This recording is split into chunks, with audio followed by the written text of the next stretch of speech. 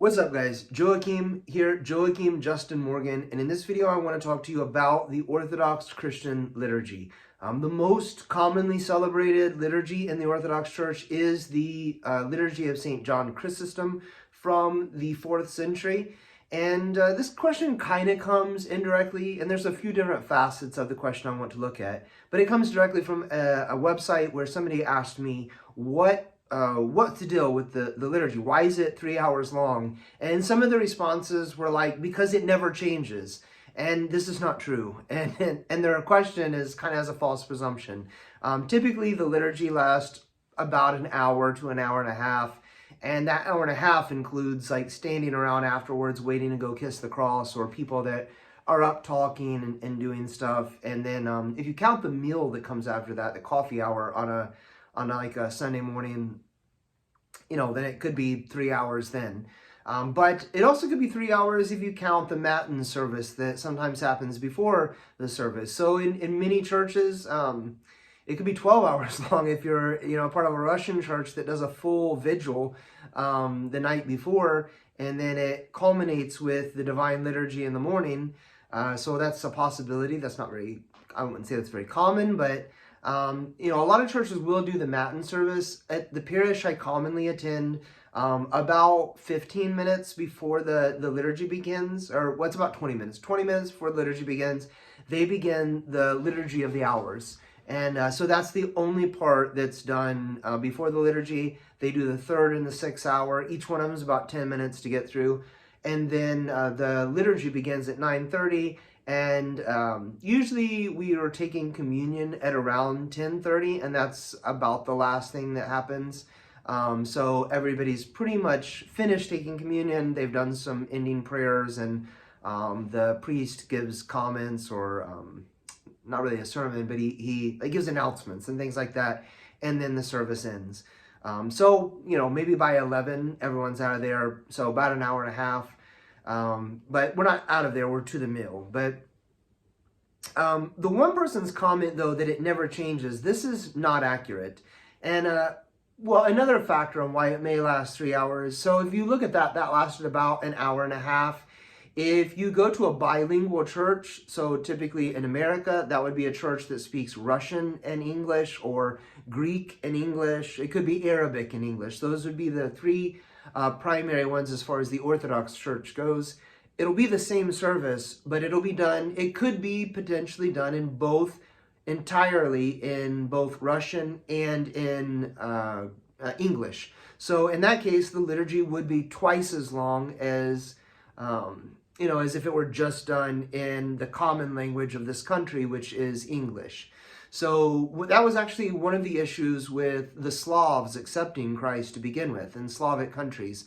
So Saint Cyril and Methodius went to Russia, and they translated the liturgies, they translated the scripture and everything into Russian. This helped the Slavic people accept the Orthodox faith. Before that, the Catholic Church had gone to Russia, or to the Slavic countries, and they had been trying to convert the people using the Latin liturgies, and it didn't work. The people would not accept this foreign religion, foreign tongue, foreign language, and they didn't understand it, and they weren't accepting it until Saints Cyril and Methodius went and preached the Orthodox faith in the native Russian language. America is kind of the same. When you have English-speaking American people stumble into an Orthodox church interested in Orthodoxy, and they go in and the services are done in a foreign language, you should not be surprised when America does not accept the Orthodox faith.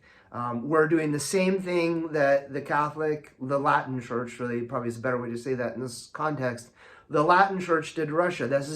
We're exactly like the Slavs who wouldn't accept the Orthodox faith because it was preached in a different language. So if you're an Orthodox Christian in America and your services are not in English at all, you are not like Saint Cyril and Methodius, and you should read their story and consider their example. But that all aside, as far as the length of the services go, they have changed significantly in some ways over the centuries and the millennia. at this point. So the most commonly celebrated liturgy today is the Liturgy of St. John Chrysostom, which, if you go back to the oldest manuscripts that we have at Mount Athos and the Simulpetra Monastery, those, I don't know exactly what century those are from, but they are the oldest that we have, and there's quite a number of differences and developments that have changed in the liturgy since that time.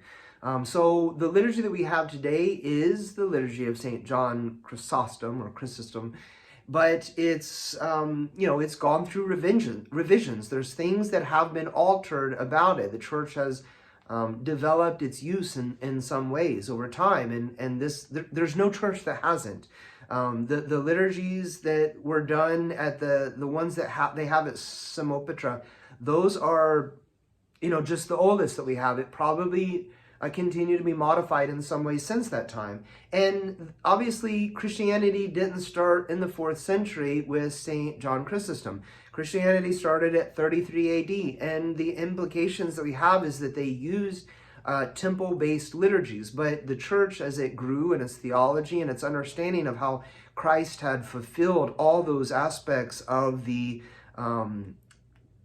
Levitical services. So the first liturgies undoubtedly came from the example of temple worship.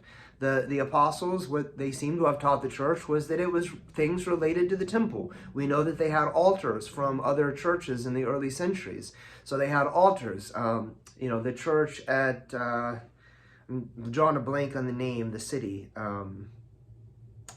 Dura Europa. So there's both a church and a synagogue at Dura Europa, and they both are filled with imagery. There's icons painted on the walls, and so we know that there were icons. So just as the temple had iconography of based on God's commandments to them, the church continued this example, except we had a greater vision now of heaven. So while the temple was an icon of heaven, you saw the heavenly pattern of worship done there, and it had the iconography on the temple that illustrated what heaven looked like.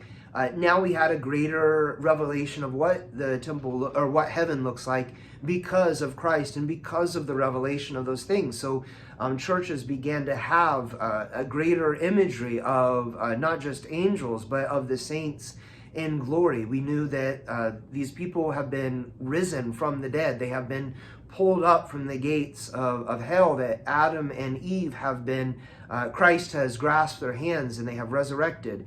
And so we see heaven in a new light now. We see a new pattern. We see God previously had no form, but Christ is the image of the unseen God. God who no one had seen. God, in the bosom of the Father, Christ was, is what it says in John chapter 1. So now we had the image of the invisible God having come in Christ.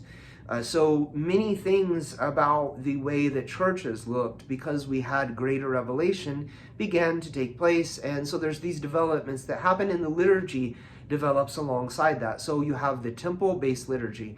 And then, so the older liturgy would be the Jacobite, or the liturgy of St. James, who is the brother of Christ. And so he becomes the very first patriarch of Jerusalem, and the oldest liturgy that we know of is done by him. So that liturgy is in the form of the liturgy that's done today of the liturgy of St. James. It's not as common, and it's very long, which is probably kind of why it's not done as frequently. So I think it takes, if you go through it, it takes on average, it actually is about 3 hours to get through the liturgy of St. James. And so, probably when you get to the liturgy of St. John Chrysostom and St. Basil or St. Basil, then those liturgies, they have many of the same parts, and they're a lot of the same, they're contained within the liturgy of St. James, but they're shortened. So they've abbreviated and cut out redundant parts. They've removed things that might have been necessary because it wasn't in the form that was celebrated in the temple any longer. And so there's a lot of aspects of liturgy that has done that part. And the liturgy of St. John Chrysostom is only one of many ancient rites and many liturgies that were done. So The modern idea that we have today where everybody celebrates the same liturgy, this is very different than the ancient church, and it's fairly a modern concept. There was, that we know of, multiple Celtic liturgies that were done. There were the Latin Rite liturgy in, at least in Rome and a lot of mainland Europe. There were the Saurum liturgies that we still have today in England, but they came in different forms. And St. Gregory the Great writes to St. Augustine of Canterbury and tells him that, you modify the liturgy as we have. So that liturgy came down, and we know it today as the Saurum Rite liturgy, or sometimes called the Liturgy of St. Gregory the Great. And the Mozambique liturgy, I think, is, I believe is that in Spain?